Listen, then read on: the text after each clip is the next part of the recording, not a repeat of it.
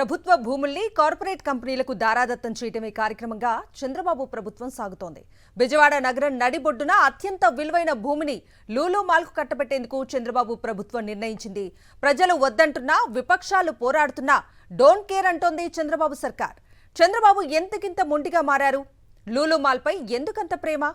భూమి కేటాయింపు వెనుక ఏం జరుగుతోంది? చంద్రబాబు ప్రభుత్వం వచ్చిన దగ్గర నుండి లులు సంస్థపై అత్యంత ప్రేమను వలకబోస్తున్నది. విశాఖలో ఇప్పటికే అత్యంత ఖరీదైన స్థలాన్ని లులు సంస్థకు కట్టబెట్టడంపై ప్రజలు, ప్రతిపక్ష పార్టీల నుండి వ్యతిరేకత వచ్చినా వెనక్కి తగ్గలేదు. ఇప్పుడు లులు సంస్థ కన్ను విజయవాడలోని ఆర్టీసీ వర్క్షాప్ స్థలంపై పడింది. అత్యంత విలువైన భూమిని కారు చౌకగా లులు సంస్థకు కట్టబెట్టడానికి చంద్రబాబు సర్కార్ అంతా సిద్ధం చేసింది. ఆర్టీసీ స్థలాన్ని ప్రభుత్వం తీసుకుని లులు సంస్థకు ఇస్తుంది. దానికి బదులుగా గొల్లపూడిలోని 5 ఎకరాల ప్రభుత్వ భూమిని ఆర్టీసీకి బదలాయిస్తున్నట్టు ప్రకటించింది. 2014లో చంద్రబాబు అధికారం చేపట్టిన తర్వాత బందర్ రోడ్లోని స్వరాజ్య మైదానం భూమిని లులు సంస్థకు ఇవ్వడానికి అంగీకరించాడు. అయితే ఆ స్థలం లులు సంస్థకు ఇవ్వడానికి వీల్లేదంటూ నాడే విజయవాడ నగర ప్రజలు పోరాటం చేశారు.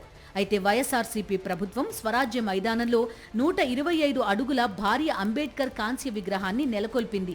ఇప్పుడు ఆ ప్రదేశం ఒక పర్యాటక ప్రదేశంగా మారింది. తిరిగి 2024లో అధికారంలోకి వచ్చిన చంద్రబాబు తన పాత మిత్రుడికి ఇప్పుడు మళ్లీ బందర్ రోడ్లో భారీ విలువ చేసే భూమిని కట్టబెట్టడానికి సిద్ధమయ్యాడు.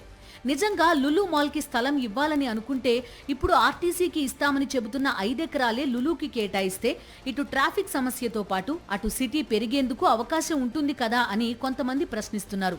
లులు మాల్కి ఆర్టీసీ స్థలం ఎట్టి పరిస్థితుల్లో కేటాయించడానికి వీల్లేదంటూ విజయవాడ వాసులు కోరుతున్నారు. ఆర్టీసీ స్థలం లులు కంపెనీకి ఇవ్వడానికి వీల్లేదని విజయవాడలో సిపిఎం ఆందోళన నిర్వహించింది. P4తో పేదరిక నిర్మూలన అంటే ఇదేనా అని సిపిఎం నేతలు ప్రశ్నిస్తున్నారు.